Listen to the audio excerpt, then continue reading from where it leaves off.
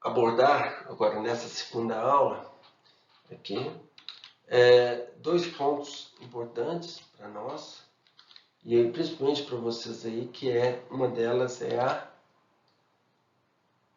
questão da água.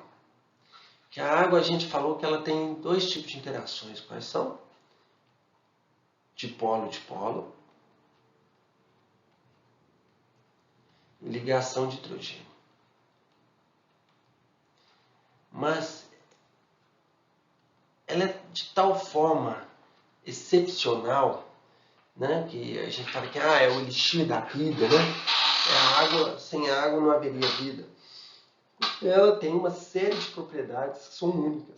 Não tem outra substância com essas propriedades. E é isso que nós vamos discutir um pouco. E depois, no segundo momento, nós vamos falar dos materiais sólidos. Porque um sólido ele pode ser constituído, né, por várias formas, né, por moléculas, ou por íons, ou por átomos, e assim por diante. Tá bom? Então vamos começar pelas moléculas. Já vou me ater a dois slides, principalmente. O primeiro slide é este. A primeira coisa que nós vamos discutir aqui é a capacidade calorífica. A capacidade calorífica. O que significa isso? Significa que o ΔH é igual à massa da água vezes a sua capacidade calorífica vezes a variação de temperatura.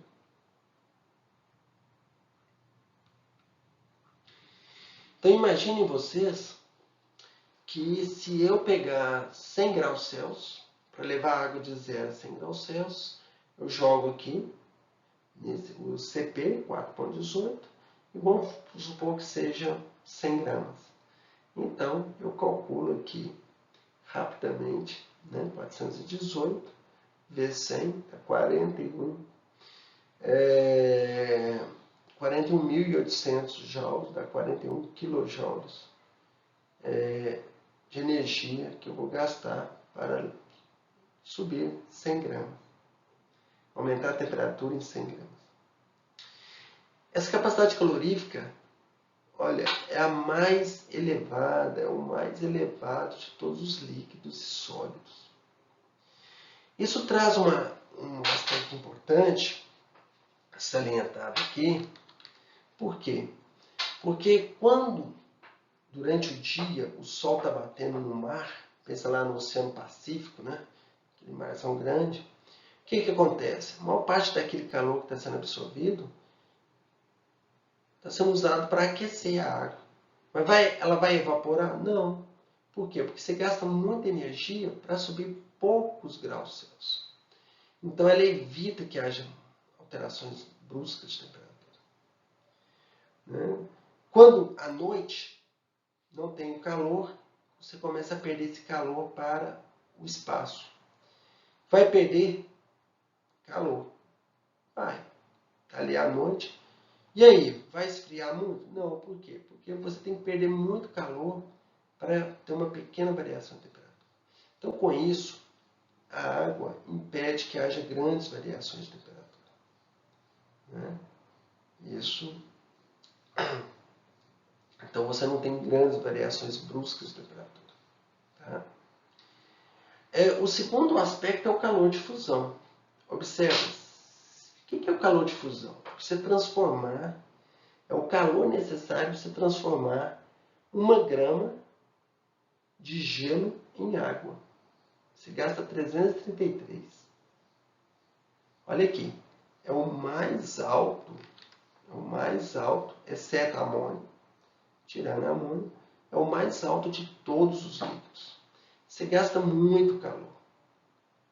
E isso, inclusive, tem a ver não só com a garantia de que não haja grandes variações de temperatura na Terra, como existe um efeito termostático. Ou seja, com o aquecimento global, tanto se fala, o que você está observando?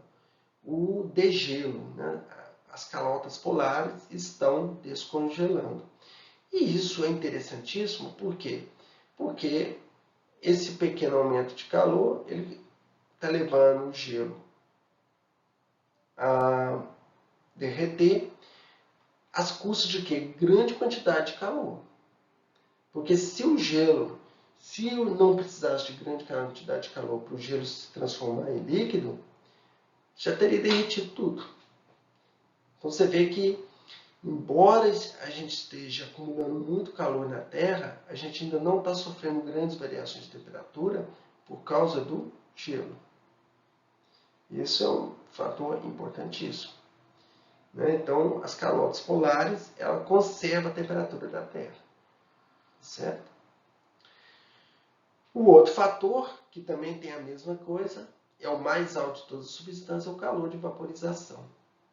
Isso aqui é uma tristeza, né? Por quê? Por exemplo, para a indústria do álcool. Quando você tira lá, né, o líquido da cana-de-açúcar, né, e vai deixar fermentar e forma o álcool, ali você tem da ordem de 10% de álcool. E para você chegar a obter os 90% de álcool, para que você possa botar no carro, você tem que destilar.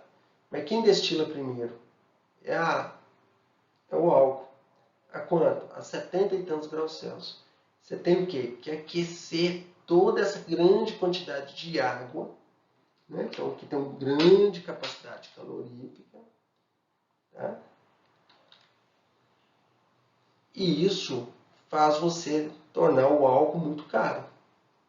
Se não fosse isso, se a gente arrumasse um jeito de separar a água do álcool de outra forma que não fosse a destilação, olha, nós resolveríamos boa parte dos problemas de sustentabilidade, né, de combustível que nós temos hoje.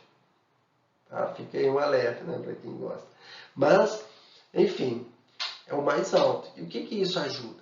Bom, ajuda que quando você está lá na beira do rio, né, naquele dia calorento, mas a maior parte do calor está sendo absorvido pela água para ela ser vaporizada. Né? Ela está líquida ali no vão. E aquele calorão todo está indo vaporizando. Então você não está com aquele calor de um deserto do Saara, que vai a mais 40 graus. E à noite chega a menos 10, menos 20. Em ambientes como o nosso aqui no Brasil, que é mais úmido, as nossas variações de temperatura durante o dia, que estão até aumentando, mas aqui em Belo Horizonte varia, né, de o quê? De menos 30, de 30 graus Celsius, mais 30, e à noite chega a 18. Né? Agora a gente começa a notar que, como você está acabando com as florestas, o ar fica mais seco, então você começa a ter oscilações de temperatura maior. Né? Durante o dia a temperatura chega lá aos seus 30, 35 graus, e à noite, principalmente se estiver seco, ela pode chegar bem mais fria. Por quê? Porque você não tem essa energia sendo controlada aqui pela água. Um outro fator é a tensão superficial. Né? É a mais alta de todos os líquidos.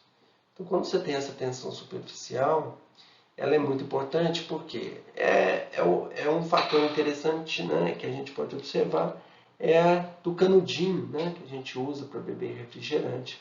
O canudinho está cá e você deixa o líquido fica parado aqui, ele não escorre. Por que ele não escorre? Por causa da tensão superficial que faz com que ele fique preso ali dentro do tubo. Você precisa soprar. Né? Isso é importantíssimo, né? Na fisiologia das células, nos fenômenos de superfície, né? Na formação de gotas, a água como ela penetra no solo, como é que ela permeia as paredes. Né? Quando a gente tem um problema de vazamento de água em casa, a gente não sabe onde que ela está, é muito difícil de localizar, porque é por causa da tensão superficial que ela tem capacidade de sair molhando e deslocando a partir de qualquer porosidade que haja no material. Então, o outro fator importante é a condução de calor. Tá? Essa condução de calor aqui é o fato de você estar com o líquido, né, confinado aqui, e você tem uma temperatura T1 aqui e uma temperatura T2 aqui. Você vê que ela se iguala rapidamente porque o calor se transmite passa de uma molécula para outra até que se iguala. Tá?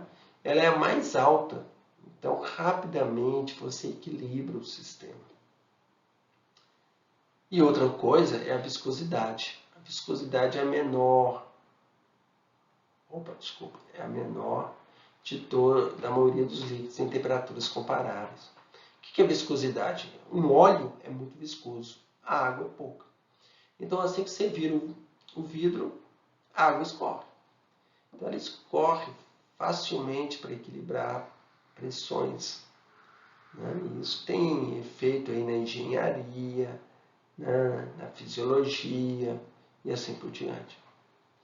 Okay? E por fim, a constante dielétrica. A constante elétrica é a mais alta de todos os líquidos, exceto peróxido de hidrogênio, quem vai mexer com isso, e cianeto, quem vai querer mexer com isso. Né?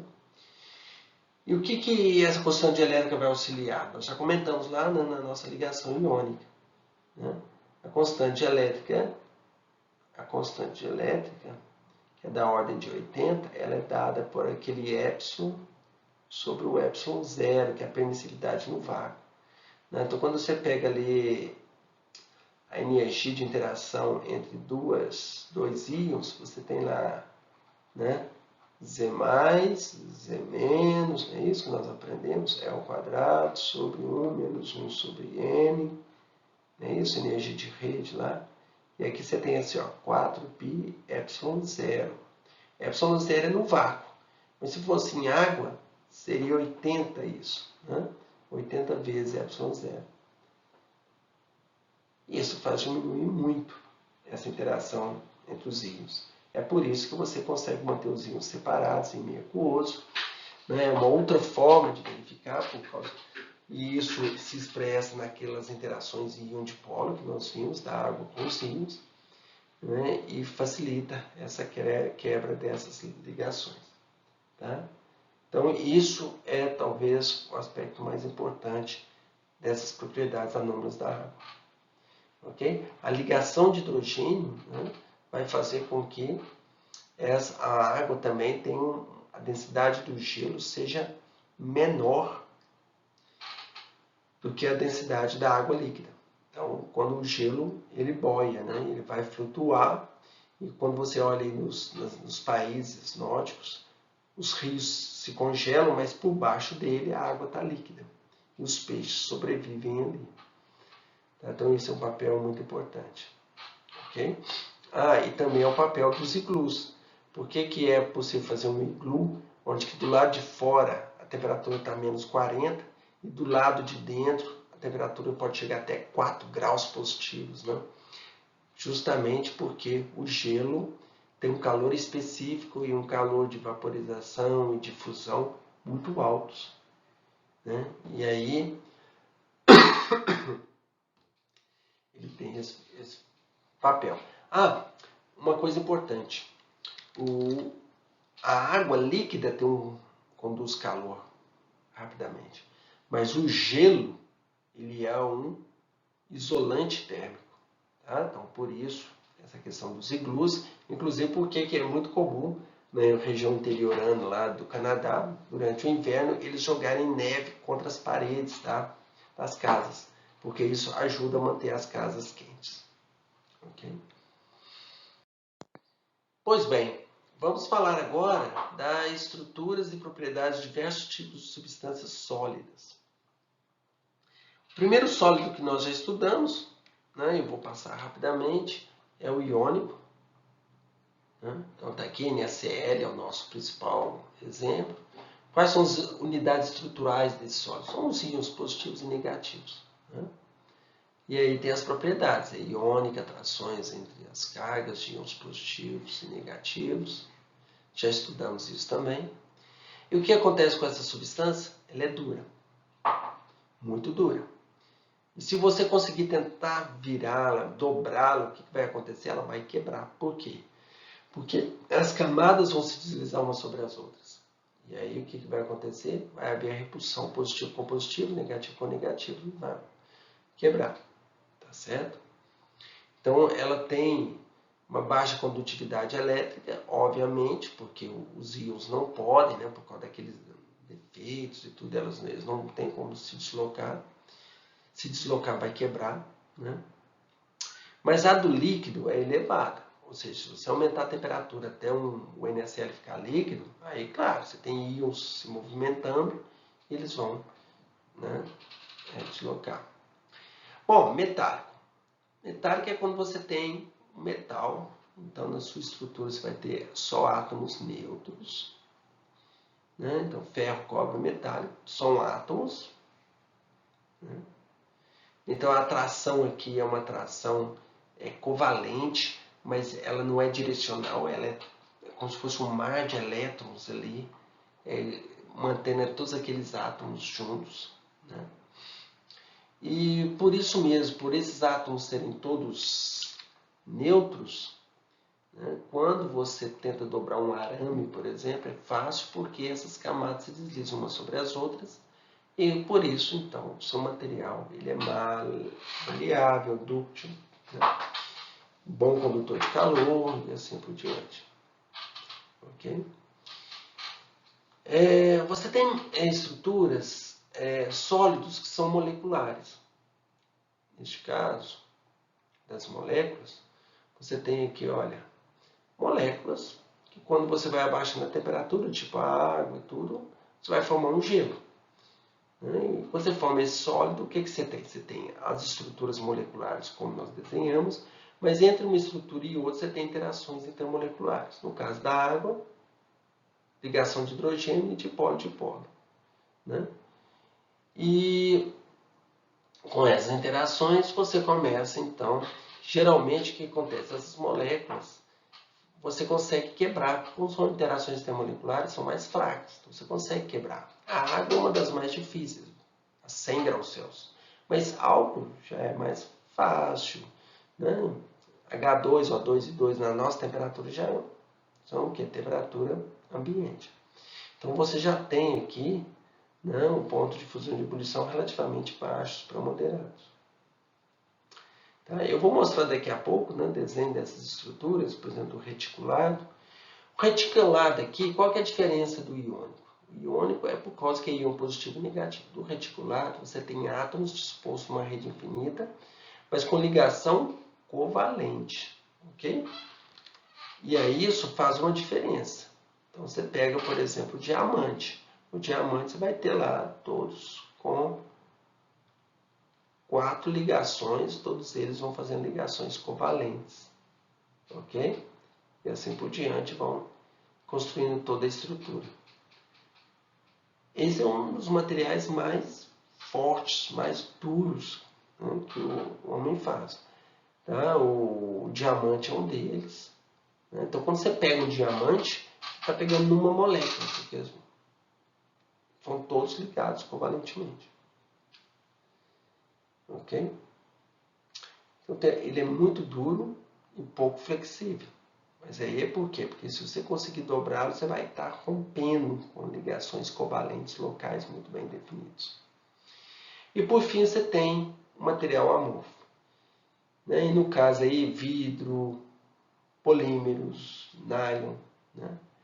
Ela tem redes com ligações covalentes, só que geralmente são moléculas muito grandes, que elas vão se novelarem. Ou no caso do vidro, elas são amorfos, né? Ou seja, não tem uma estrutura muito bem definida, vou mostrar fotos para vocês daqui a pouco, mas ela tem ligações covalentes e iônicas misturadas ali, pode ter também. Tá? De um modo geral, você já não fala, né? E você vê que nós nem tocamos aqui nesse assunto, aqui nem para os dois últimos, de temperaturas ou pontos de fusão. Porque se você começar a aquecer muito, você vai romper essas ligações. Rompendo essas ligações já não são mais a estrutura que você tinha, já é uma outra substância que você está gerando. Então essas substâncias aqui não faz sentido em falar em ponto de fusão, ponto de ebulição. Você tem estabilidade térmica e acima de uma certa temperatura, essa estrutura se transforma em outras. Tá? Então eu vou pedir para vocês, esses slides estão aí no Moodle, vocês pegam e podem discutir, a gente discute isso em sala. Bom, mostrar para vocês um pouco. Né? Veja, isso tudo aqui, olha, é muito menor do que um grão de sal de cozinha. E quando você vai olhar, você vai começar a ver aqui cubo de um grãozinho de NaCl.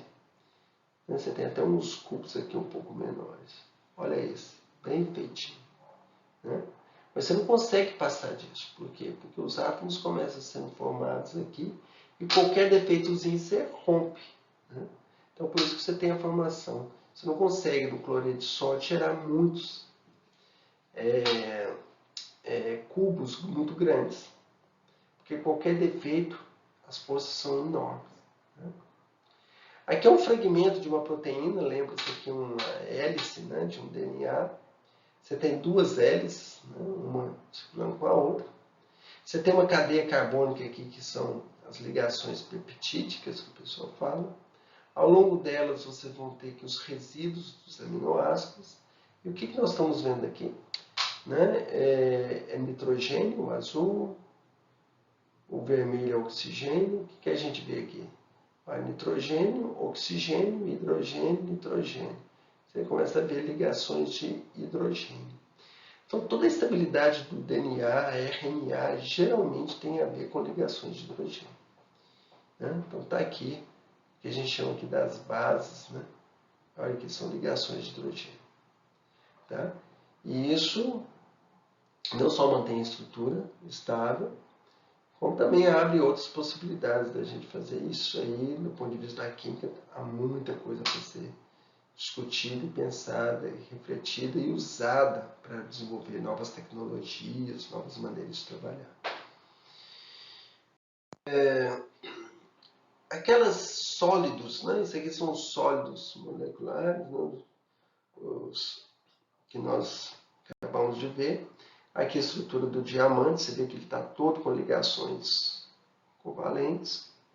Aqui a estrutura do grafite, ele já é uma estrutura covalente, mas dessa camada para essa, é só interações de Van der Waals, interações, né, de dispersão. Okay? Então elas se deslizam uma sobre a outra com muita facilidade. Isso aqui é um excelente lubrificante. E agora nós temos outras formas alotrópicas, por exemplo, os fullerenos, que são essas estruturas aqui de carbono, ou ainda você pode, né, recentemente ganhou-se até o prêmio Nobel, eles conseguiram pegar só uma camada dessa aqui. Quando você pega só uma camada dessa aqui, isso aqui é chamado de grafeno. Né? E nós temos produção de grafeno aqui na UFMG. Isso é legal. Né? Observa que essa é a estrutura do gelo. Olha o que nós estamos vendo. Cada traço desse aqui, para ficar mais simples, é um oxigênio. Aqui tem um hidrogênio aqui no meio, outro oxigênio. Então aqui tem um hidrogênio a cada passo. Então você tem as ligações químicas assim. E o que aconteceu? Né? Acontece que para que você tenha o máximo de ligações de hidrogênio, as moléculas têm que se afastar uma das outras para que elas consigam adquirir o ângulo adequado para isso. E quando você faz isso, você está aumentando o volume, logicamente diminuindo a densidade eletrônica. Né? As zeólitas são estruturas à base de silicatos. Vocês vão ver que tem estruturas tetraédricas aqui.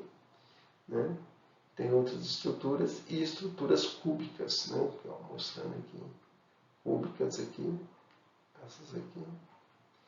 E você tem outras estruturas que formam silicatos, e aqui você pode ter aluminatos. Né? De tal forma que essas duas misturas aqui, você pode agora substituir parcialmente o alumínio com outros elementos, mas você vai gerando estruturas como essas, que são os famosos zeólitas. Né? Observa que uma cavidade dessa aqui é importantíssima para a catálise, por exemplo, de petróleo, porque moléculas grandes não entram aqui, só aquelas moléculas que te interessam para fazer. E, por exemplo, você consegue controlar se você quer mais gasolina, mais diesel, né? Controlando assim. E aqui é apenas para mostrar outras estruturas que vão estar relacionadas, né? O talco, essas argilominerais, né? Então você vê aqui estruturas do silicato, olha aqui é um silício, oxigênios aqui formando um tetraedro, aqui são estruturas octaédricas, aqui ó, em volta de cada um desses aqui você tem 6 oxigênios, então você forma estruturas tetraédricas, octaédricas, tetraédricas. Depois acaba, depois você começa de novo. Entre uma camada e outra, o que você tem? Você tem íons que vão sendo guardados aqui. Então você tem uma estrutura em alguns desargilominerais, que é umas estruturas assim, né? Outras lá embaixo. E aqui, como são todos oxigênios, você costuma ter hidrogênios, que formam como se fossem ácidos de Lewis, ácidos de Bronsted-Lowry. Então você pode tirar esse próton e botar lítio, por exemplo, ou botar cálcio 2+. Então você tem um sistema, né, de armazenamento de íons que podem servir, né, para doar ou para garantir suprimento, né? Muitas vezes isso é olhado como fertilizante, por exemplo, ou para reter íons, para você liberar aqueles íons que você deseja em algum sistema, né? Então pode ser usado como um sistema de liberação controlada, tá bom? Ou muitas vezes no meio ambiente, para você absorver íons metálicos ou até mesmo material orgânico. Aqui é um exemplo, né, de um estudo que foi feito no nosso grupo. Vocês estão vendo aqui uma estrutura. Essa estrutura, né, é a ciclodestrina. E essa do meio aqui é uma molécula chamada tetraciclina, que é um antibiótico. Ora, se você deixa ela entrar no organismo, tetraciclina é um antibiótico, ela vai entrar, vai para a célula, né?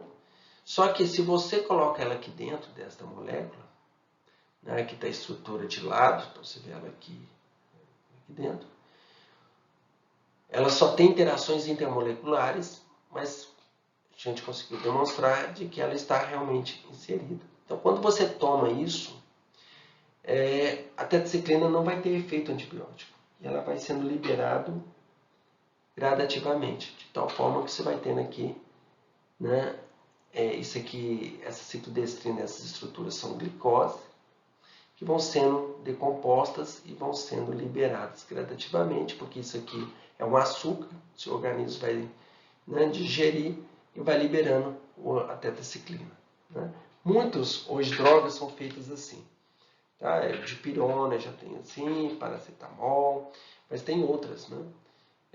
Principalmente para tratamento oncológico, né?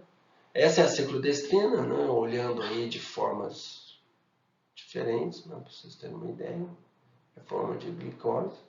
Então, ela é muito usada como dispositivo de liberação controlada, né? Como mostrado aqui, ela é um cone truncado, né? Essa é a beta, né? Isso aqui é como que ela fica em meio aquoso, né? Um estudo que foi feito, observa que você tem aqui, né? Isso aqui foi feito por simulação computacional, você vê a água entrando aqui dentro. E você vê, aqui foram tiradas as moléculas de água em volta, só para você poder ver como é que essas moléculas de água, ao longo do tempo, elas vão circulando aqui dentro. E um trabalho, né, que rendeu frutos aí é da angiotensina. A angiotensina 1,7, ela é um antagonista da angiotensina. A angiotensina é uma molécula que aumenta a pressão do corpo humano. E a angiotensina 1,7, que é uma molécula menor, ela é um antagonista, ou seja, ela faz o efeito contrário, ela aumenta a pressão. Então a ideia desse trabalho era verificar a possibilidade de, como essas duas substâncias são produzidas pelo organismo, não dá para você usá-las como droga, tá? Até por questões legais, né, de patente e tudo. Mas se você acoplar a uma ciclodestrina, foi isso que nós estudamos, porque na época os experimentais não sabiam como que ela interagia, então o que nós fomos? Nós fomos estudar como é que ela interage com a angiotensina 7 e ver como é que isso funcionaria. Né? Então foi isso que fizemos e demonstramos, né, que na verdade ela fica aqui ligada via a tirosina. Tá? E isso aqui também, olha, são interações, então, dipolo-dipolo, dipolo com as ligações de hidrogênio, interações de Van der Waals, e certamente esse processo aqui se deve somente a uma interação, né, do tipo, interações intermoleculares do tipo de Van der Waals, entre essas moléculas, a ciclodestrina e a angiotensina 1,7. Tá? Então isso é só mesmo para mostrar para vocês um pouco, né, para onde que toda essa estrutura caminha. Tá bom? Todo esse conhecimento aí vai desembocar nisso, né? De nós sermos capazes de desenvolver materiais com diferentes propriedades mecânicas, estruturais, químicas, elétricas, eletrônicas, magnéticas, tudo isso a partir desse conhecimento que nós vamos adquirindo e vamos usando isso para desenvolver esses materiais.